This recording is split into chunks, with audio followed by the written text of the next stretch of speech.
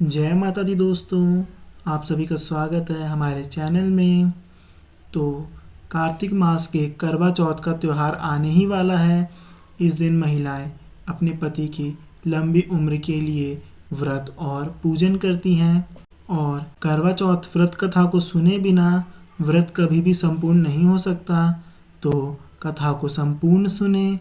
और इससे पहले चलिए आप भी एक बार बोल दीजिए जय माता दी। तो चलिए आरंभ करते हैं। एक साहूकार था, उसके 7 बेटे थे और एक बेटी थी। वह सातों भाइयों की प्यारी बहन थी। एक साथ ही बैठकर वह खाना खाते थे।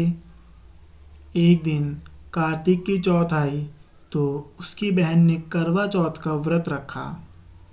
सारे भाई भोजन करने के लिए आए और अपनी बहन से बोले, आ बहन, तू भी खाना खा ले।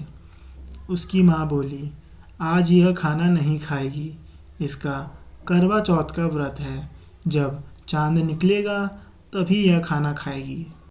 तो उसके भाइयों ने छल कपट से जंगल में आग जलाकर छलनी में से चांद दिखा दिया। तो वह अपनी भाभियों से बोली, चल भाभी, चांद निकल आया है, अर्घ दे दो। तो उसकी भाभियाँ बोली, यह तो तेरा चांद निकला है, हमारा तो रात को निकलेगा। यह सुनकर भाइयों के कहने से उसने चांद को अर्घ दे दिया और खाना खाने बैठ गई।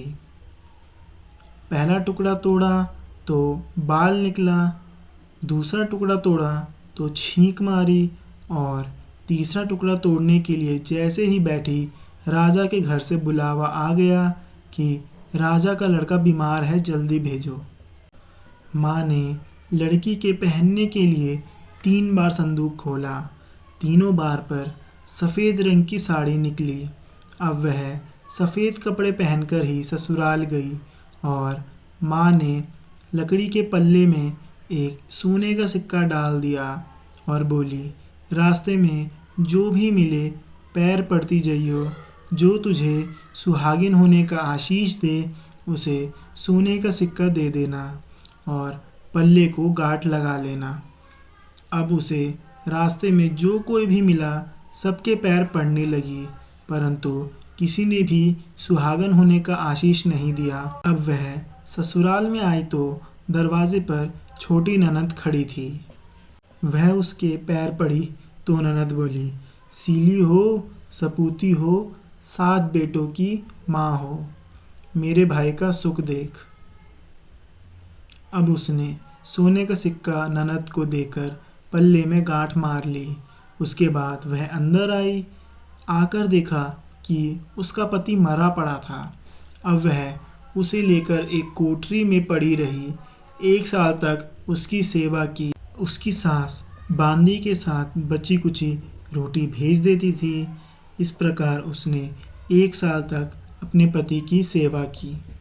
साल भर बाद करवा चौथ का व्रत आया। सारी पड़ोसनों ने नहा धोकर करवा चौथ का व्रत रखा। सबने सिर धोकर हाथों में मेहंदी लगाई, चूड़ियाँ पहनी। वह सब कुछ देखती रहीं। एक पड़ोसन ने कहा कि तू भी करवा चौथ का व्रत रख ले। तब वह बोले कि मैं कैसे करूं?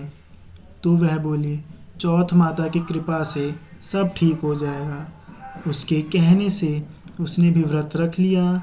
थोड़ी देर बाद करवा बेचने वाली आई। करवा लो री करवा लो, भाइयों की प्यारी करवा लो।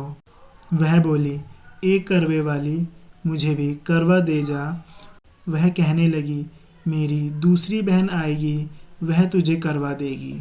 इसी तरह 5 बहनें आकर चली गई, पर किसी ने भी करवा नहीं दिया। फिर छठी बहन आई तो वह भी बोली कि मेरी 7वीं बहन आएगी तो तुझे करवा दे देगी। बस तू रास्ते में कांटे बिखेर कर रख देना। जब भी खूब चिल्लाते हुए आवाज़ आएगी तो उसके पैर में कांटे चुभ जाएंगे। तब तू सुई लेकर बैठ जाना और उसके पैर पकड़कर छोड़ना मत, और उसके पैर से कांटा निकाल देना, तो वह तुझे आशीर्वाद देगी। भाई जियो, साईं जियो। जब वह तुम्हें आशीर्वाद देगी तो तुम उससे करवा मांग लेना, तब वह तुझे करवा देकर ही जाएगी। फिर तू अजमन करना जिससे तेरा पति ठीक हो जाए। अब उसने वैसा ही किया। सारे रास्ते में कांटे बिछा दिए। जब करवे वाली करवा लेकर आई तो उसके पैरों में कांटे चुभ गए। उसके बाद उसने करवा वाली के पैर पकड़कर कांटा निकाल दिया तो करवे वाली ने उसको आशीर्वाद दिया। तब वह बोली, तूने मुझे आशीर्वाद दिया है तो करवे भी देकर जा। तो वह बोली, तूने तो मुझे ठग ही लिया। यह कहकर उसने करवा दे दिया। अब वह करवा लेकर उसने अजमन की तैयारी की, व्रत रखा। राजा का लड़का भी ठीक हो गया और बोला, मैं बहुत सोया हूँ। तब वह बोली, सोई नहीं, मुझे 12 महीने हो गए आपकी सेवा करते करते। फिर उसने चौथ माता का उज्जमन अच्छी तरीके से किया। अब उसने चौथ माता की कहानी सुनी। अब वह दोनों चौपड़ खेलने लग गए। इतने में उसकी बांदी तेल की पाली और गुड़ की डाली लेकर आ गई। दोनों को खेलते देखकर सासू से जाकर बोली, महलों में खूब रौनक है, बहू चौपड़ सार खेल रही है। इतना सुनते ही सासू देखने के लिए आई। दोनों को देखकर वह बहुत खुश हुई। बहू ने सासू के पैर दबाए और सासू बोली, बहू सच सच बता, तूने क्या किया।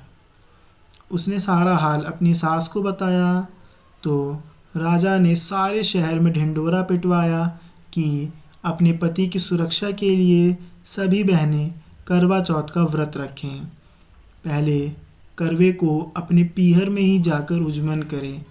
हे चौथ माता, जैसे राजा के लड़के को जीवन दान दिया है वैसे ही सब किसी को देना।